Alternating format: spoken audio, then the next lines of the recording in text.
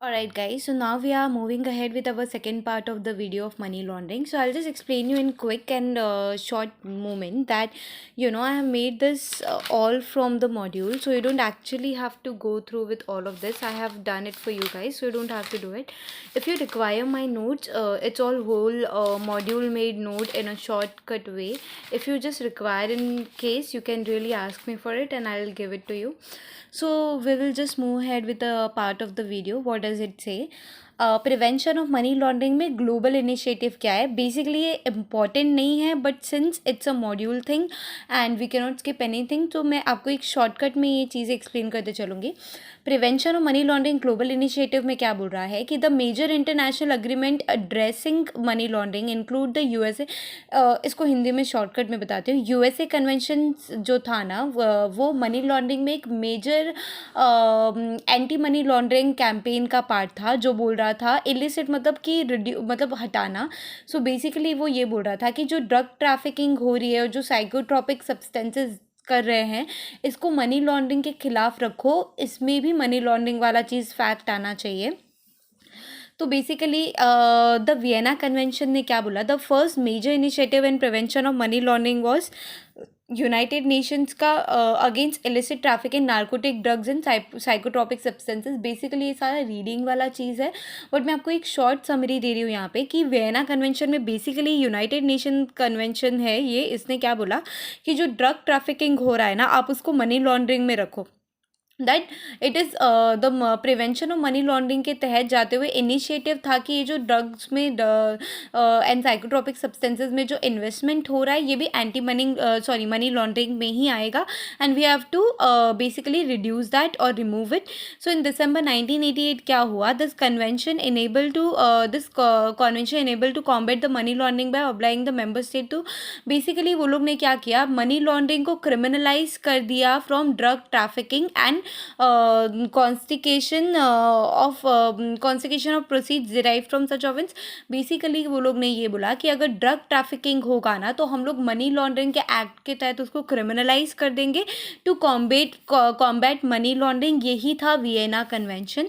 This convention also establishes the principle that domestic bank secrecy provision should not interfere with international criminal investigation. बहुत ही simple सा point है. Basically domestic bank secrecy जो वो maintain होना चाहिए during international criminal investigation. Second क्या बोल रहा है, यूरोप कन्वेंशन. यूरोप कन्वेंशन ने बेसिकली क्या किया, ये जो है ये फॉर्मलाइज हुआ था इन सितंबर 1993. यूरोप कन्वेंशन में क्या हुआ, one of the purpose of convention is to facilitate international cooperation and regard. मतलब वो लोग ये बोल रहे हैं कि अगर इंडिया में कुछ हो रहा है ना, तो फिर जो या फिर ले लो यूएस में कुछ हो रहा है ना, इंटरनेशनल मनी लॉन्ड्रिंग, कोई भी हो, इंडिया वाले करे कोई भी हो, तो वो लोग बोल रहे हैं कि इंटरनेशनल कॉपरेशन रखो ड्यूरिंग द इन्वेस्टिगेटिव असिस्टेंस. मतलब कि अगर कुछ भी है देखना, आईडी प्रूफ चाहिए, कुछ भी, तो एटलीस्ट एक इंटरनेशनल कॉपरेशन रखो in order to search, seizure and confiscation of the proceeds. वो क्रिमिनलिटी हो, particularly serious criminal which generate large profit जो रहा है. तो एक बेसिकली इस यूरोप कन्वेंशन क्या बोल रहा है कि भाई इंटरनेशनल कॉपरेशन रखना पड़ेगा. ठीक है. उसके बाद आता है अपना European Union money laundering directive, यूमिड बोलते हैं इसको प्यार से. तो इन जून 1991 क्या हुआ, ये अभी की बात है, 20 साल पहले की बात है, अभी की बोल रही हूँ, sorry. So financial institution must, ये बोल रहा है कि फाइनेंशियल इंस्टीट्यूशन को ना रिकॉर्ड्स मेंटेन करना पड़ेगा एटलीस्ट 5 साल तक के, तो और उनको रिपोर्ट करना पड़ेगा अगर कोई भी सस्पिशियस ट्रांजैक्शन है. And ensure such report does not result an liability to institution and its employees. मतलब झूठा रिपोर्ट मत दो ताकि हम आपको लाइबल करना पड़े. ये बेसिकली ये सब क्या है, ये सब ये लोग करे कि मनी लॉन्ड्रिंग को ये लोग कहीं ना कहीं रोक सके. इसकी वजह से वो लोग क्या करे, बोल रहे भाई रिपोर्ट बनाओ. पीछे वो लोग ने कहा कि भाई इंटरनेशनल असिस्टेंस रखो. यहाँ पे बोल रहा है कि जो ड्रग ट्रैफिकिंग है ना, हम उसको क्रिमिनलाइज करेंगे as per money laundering act. और कुछ बोलने का मतलब नहीं है. Basic committee statement of principle में क्या हुआ, इन दिसंबर 1988, 22 साल पहले की बात है, issued statement of principle to be complied by the. इन लोगों ने एक प्रिंसिपल बनाया, एक स्टेटमेंट ऑफ प्रिंसिपल जारी कर दिया कि भाई ये international bank of member states को फॉलो ही करना पड़ेगा. इंक्लूड आइडेंटिफाइंग कस्टमर, मतलब कस्टमर्स पहचान में आ रहे हैं क्या, आज से 14 साल पहले की फ़ोटो तो नहीं दे रखी है, क्रिमिनल है, कैसे पहचानेंगे उसको। अवॉइडिंग सस्पिशियस ट्रांजैक्शन, आप सस्पिशियस ट्रांजैक्शन है हमको बताओ, आपको रिपोर्ट करना पड़ेगा। तो ये सब बेसिक बहुत बेसिक चीज़ है जो वो लोग ने एक स्टेटमेंट ऑफ प्रिंसिपल दिया, किसने, बेस्ले कमेटी ने। International Organization on Security Commission in October 1992 combat money laundering in securities market. Money laundering को कॉम्बैट बेसिकली रोका वो लोग ने, money laundering in securities market. अब कैसे क्या, वो प्रिंसिपल जाना पड़ेगा, but securities market is a big market. तो बेसिकली कॉम्बैट करना money laundering in security market is a big challenge. तो ये लोग ने ये 1992 में किसने किया, international organization on security commission, ये लोग ने प्रिंसिपल्स रखे कुछ या बहुत कुछ। ठीक है, नाउ ये सब जो था वो बहुत ही बेसिक चीज़ें था, इसलिए मैंने उस पर ज़्यादा फोकस भी नहीं किया। Now it the very important question which is the financial action task force, ये क्या बोल रहा है गाइस, सुनो। Financial action task force is an inter government body establish in 1989। सबसे पहले तो क्या है, ये एक इंटर गवर्नमेंट बॉडी है जो इस्टेब्लिश हुए 1989 में।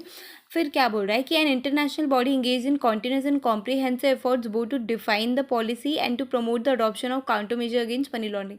Basically financial action task force आया क्यों है मार्केट में, क्योंकि गाइस बेसिकली मनी लॉन्ड्रिंग है ना जो बहुत ही बढ़ता जा रहा था, पैसे ब्लैक मनी जो है चीज़ें वो इतना बढ़ रहा था कि उसको फिर वाइट करने के लिए लोग किसी भी हद तक जा रहे थे। तो कुछ ना कुछ नियम रखना था, कुछ ना कुछ कानून रखने थे जिसकी वजह से हम मनी लॉन्ड्रिंग को रोक सकते थे। इसीलिए फाइनेंशियल एक्शन टास्क फोर्स बनाया गया, एक इंटर गवर्नमेंट बॉडी, मतलब गवर्नमेंट के मेंबर्स है उसमें।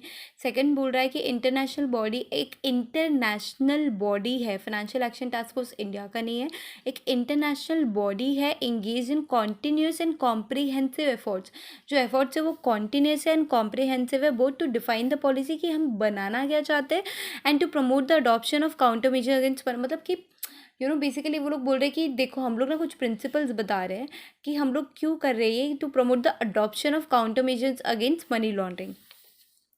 The objective of FATF are to set standards and promote effective implementation of legal, regulatory and operational measures for, basically इसका एक ही ऑब्जेक्टिव है कि मुझे मनी लॉन्ड्रिंग रोकना है। इसके लिए वो लोग ने क्या किया, एक स्टैंडर्ड बनाया है प्रमोट करने के लिए, एक effective legal regulatory and operational measures, मतलब लीगल तरीके से जा रहे हैं, एक्शन के तरह से जा रहे हैं, ऑपरेशनल मेजर्स ले रहे हैं, क्या करने के लिए, सिर्फ और सिर्फ मनी लॉन्ड्रिंग को कॉम्बैट करने के लिए, रोकने के लिए। FATF क्या है, ये एक पॉलिसी मेकिंग बॉडी है, ये पॉलिसी बनाने का काम करती है, कि रूल्स रेगुलेशंस दिखाती है, भेजती है कि भाई आपको फॉलो करना है। It's a policy making body. ये आपको बोलेगी नहीं कि भाई क्रिमिनलाइज नहीं करेगा ये एक्ट, आपको सिर्फ बोलेगा कि आपको क्या नहीं करना है, क्या करना है। That's a policy making body. Alright, so now we will move ahead with another question that says history of फटाफट बोलते हैं इसको, तो ताकि अपने को फटाफट याद हो जाए। ये ना सारी लर्निंग वाली चीज़ है कि establish by G7 summit that was held in Paris in 1989 और रिकॉग्नाइज करता है threat pose to banking system and finance.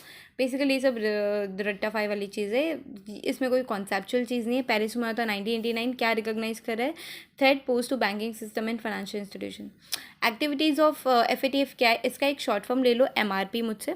MRP में क्या करता है, ये मॉनिटर करता है, रिव्यू करता है और प्रमोट करता है क्या, anti money laundering techniques, review करता है एंटी मनी लॉन्ड्रिंग को और प्रमोट भी करता है adoption of anti money laundering bye non member countries.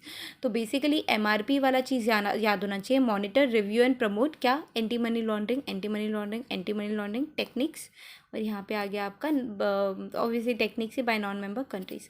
अब FATF के रिकमेंडेशंस क्या है वो देखना पड़ेगा, ठीक है। तो FATF के रिकमेंडेशंस में कहा है गाइस कि इन अप्रैल 1990 इशू किया है रिपोर्ट कंटेनिंग सेट। अच्छा, ये ना FATF ने कुछ रिकमेंडेशन दिया है पर्टिकुलर ईयर्स में, ये बता रहा है कि मनी लॉन्ड्रिंग को कैसे रोकना है। 1990 में उसने 40 रिकमेंडेशन दिए, अक्टूबर 2001 में उसने 8 रिकमेंडेशन दिया, जून 3 में उसने रिविज़न किया FATF स्टैंडर्ड्स का। रिविज़न क्या हो गया कि हमने जो स्टैंडर्ड्स बनाए उसको खुद को उससे रिवाइज़ किया, मैं बराबर तो बना रहा है कि नहीं बना रहा है। अक्टूबर 2004 में क्या हुआ, issued 9 special recommendation, the 40+9 recommendation to combat money laundering and terrorist financing.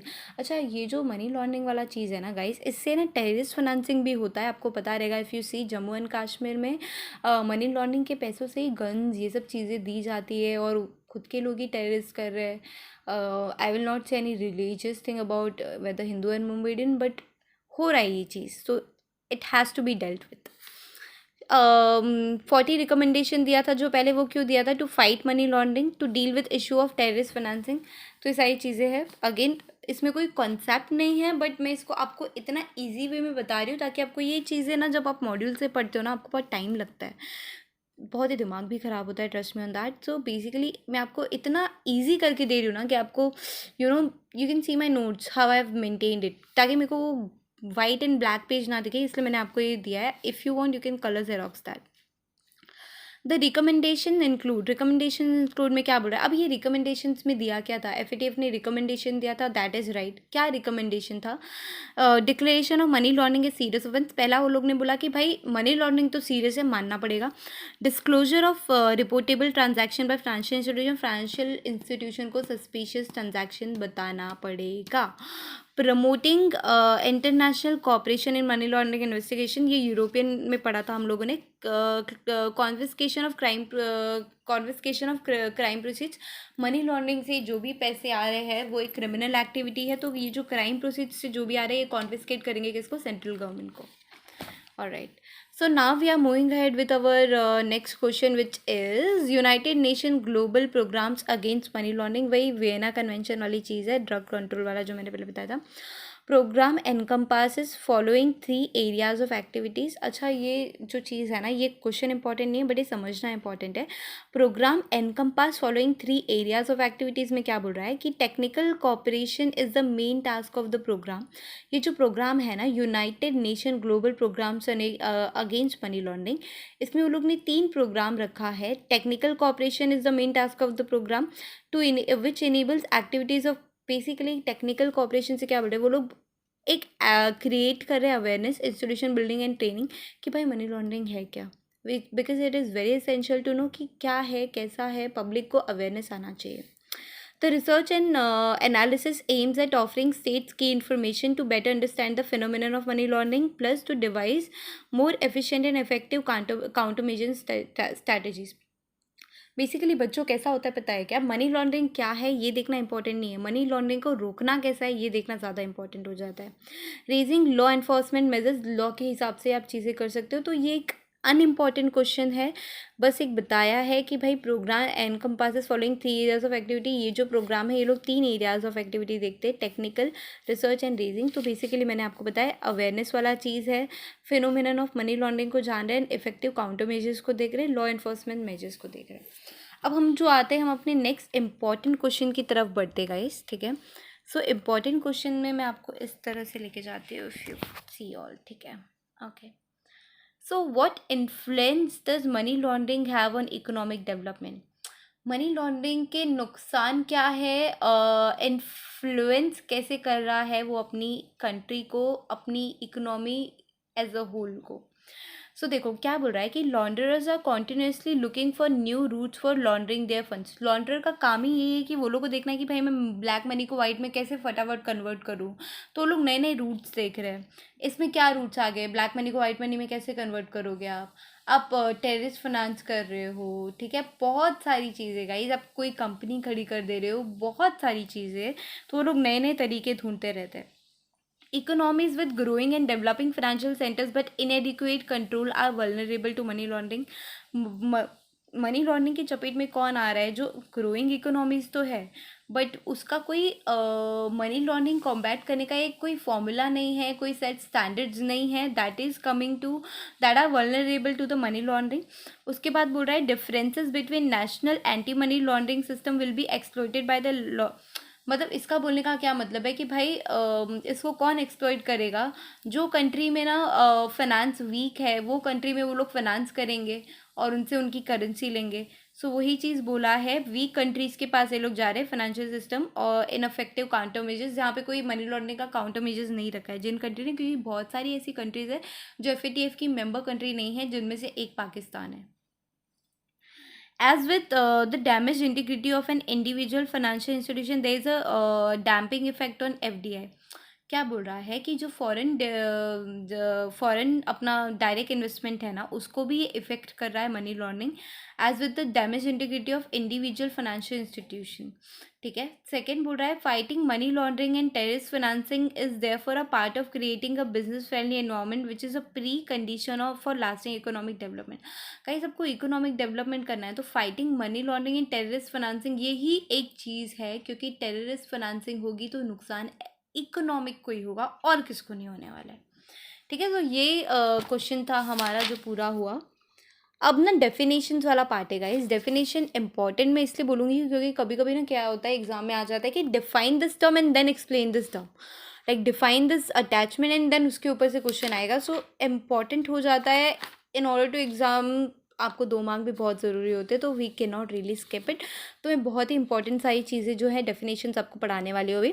Attachment में क्या होता है, अटैचमेंट किसका होगा guys? Attachment obviously money laundering का केस है तो प्रॉपर्टी का ही होगा। तो अटैचमेंट मीन्स प्रोहिबिशन ऑफ, मतलब कौन अटैच कर रहा है भाई? यहाँ पे गर्लफ्रेंड बॉयफ्रेंड वाला सीन नहीं है, यहाँ पे कौन अटैच कर रहा है? Government. So attachment means prohibition of transfer, conversion, disposition, movement of property. क्योंकि मैंने अटैच कर लिया आपकी प्रॉपर्टी, ट्रांसफ़र करके तो दिखाओ, कन्वर्जन करके तो दिखाओ, डिस्पोजिशन करके तो दिखाओ, मूवमेंट करके दिखाओ नहीं, उसके पहले मैं अटैच कर रही हूँ ताकि आप ये नहीं कर सको। समझ में आ रही है बात? Of what? Of property.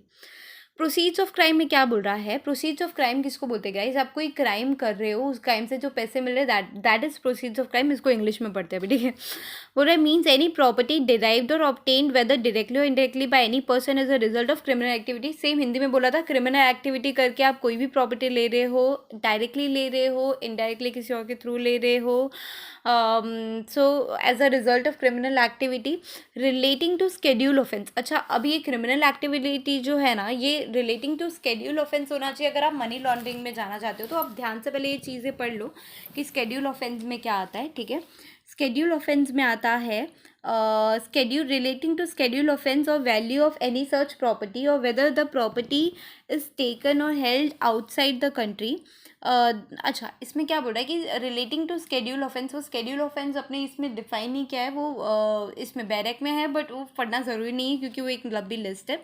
तो बेसिकली ये क्या बोल रहा है कि कोई भी प्रॉपर्टी आप डिराइव कर रहे हो डायरेक्टली या indirectly as a result of criminal activity relating to schedule offence या फिर value of any such property, or where the property value of any such property would be of proceeds out of the crime, where the property is taken or held outside the country। आपने अगर property outside of the country लिया है ना, तो then the property equivalent in value held within the country और abroad. मतलब कि अगर आप शाणे हो, ढेर शाणे हो, ठीक है, आप क्या कर रहे हो, आप बाहर ले रहे हो, तो आपकी जो इक्विवेलेंट प्रॉपर्टी है ना, वो हम ले लेंगे इसमें। ठीक है। ओके ना, उसके बाद क्या बोल रहा है ये? Property. Okay, what is property?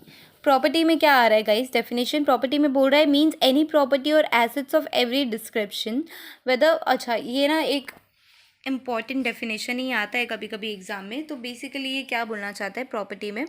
Property means any property और assets of every description. Property मतलब कोई भी प्रॉपर्टी, टेंजिबल हो, इंटेंजिबल हो, मूवेबल हो, इमूवेबल हो, कॉर्पोरियल हो, मतलब कि इंटेलेक्चुअल वाला चीज़ आ जाता है। इंटेलेक्चुअल में आपका क्या आ जाता है? कैसे पेटेंट आ गया, कॉपीराइट आ गया। तो प्रॉपर्टी हुई ना भाई।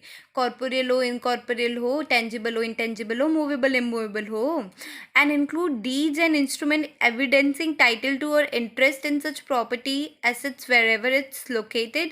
so आप प्रॉपर्टी तो तोड़ने जाओगे नहीं, प्रॉपर्टी तो लेने जाओगे नहीं, क्या चाहिए उसके लिए? डीड्स चाहिए, इंस्ट्रूमेंट चाहिए, एविडेंसिंग टाइटल टू, भाई आपका ही है। तो प्रॉपर्टी तो हुई, कोई भी property plus deeds and instrument, तो ये चीज़ें याद होनी चाहिए। ठीक है। The reason being I am trying to make you guys study in such a weird way, because at the end अपने को ये रिवाइज करना है, रीड करना है, तो इसीलिए मैं आपको इस तरीके से पढ़ा रही हूँ। ठीक है। ठीक है। इंटरमीडिएरी क्या होता है? इंटरमीडिएरी मतलब क्या? बेसिकली मेरे को एक बात बताओ, इंटरमीडिएट एसएलसी में कितना पढ़ा है हम लोगों ने? सबको डाल दो ना यार, क्या ही करना है, स्टॉक ब्रोकर हो गया, सब ब्रोकर हो गया, उसके नीचे STA, RTA, share transfer agent, RTA, banker to an issue, trustee to a trustee, merchant banker, portfolio manager, जितना पड़ा है ना सबको घुसा दो।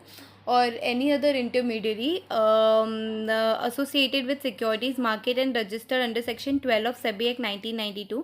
मतलब क्या बोल रहा है कि ये लोग तो है, या फिर एनी अदर इंटरमीडिएट जो सिक्योरिटी मार्केट एंड में रजिस्टर्ड है अंडर सेक्शन, बेसिकली जो इंटरमीडिएट्स होते हैं ना वो लोग रजिस्टर्ड होते हैं under section 12 of SEBI act 1992 में। तो वही बोल के रखा है, कोई भी इंटरमीडिएट जो associated with securities market and registered under section 12 of SEBI act 1992 है, या फिर एन एसोसिएशन रिकॉग्नाइज और मतलब सिक्योरिटी मार्केट में जो भी इंटरमीडिएट हो गया, कोई एसोसिएशन है रिकॉग्नाइज और रजिस्टर्ड है under the forward contract regulation act 1952, वो भी आ जाएगा किसमें, इंटरमीडिएट में।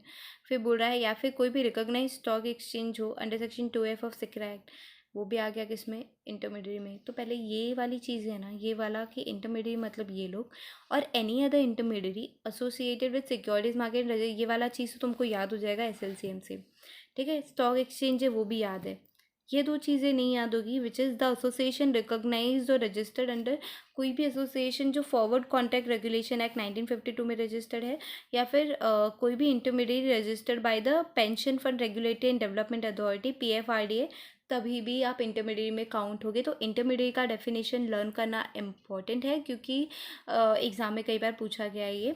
तो पहले तो इंटरमीडिएट पूछा ना, तो ये सब नाम दे दो ना यार, stock broker, sub broker, RTA, STA, trusted और ट्रस्टेड, मर्चेंट बैंक का पोर्टफोलियो मैनेजर, या फिर कोई भी इंटरमीडिएट जो कहाँ रजिस्टर्ड है under section 12 of SEBI act 1992, या फिर an association of recognize register an association recognized or registered under what, the forward contract regulation act 1952, या फिर PFRDA में है, या फिर स्टॉक एक्सचेंज है, रिकॉग्नाइज स्टॉक एक्सचेंज, ठीक है।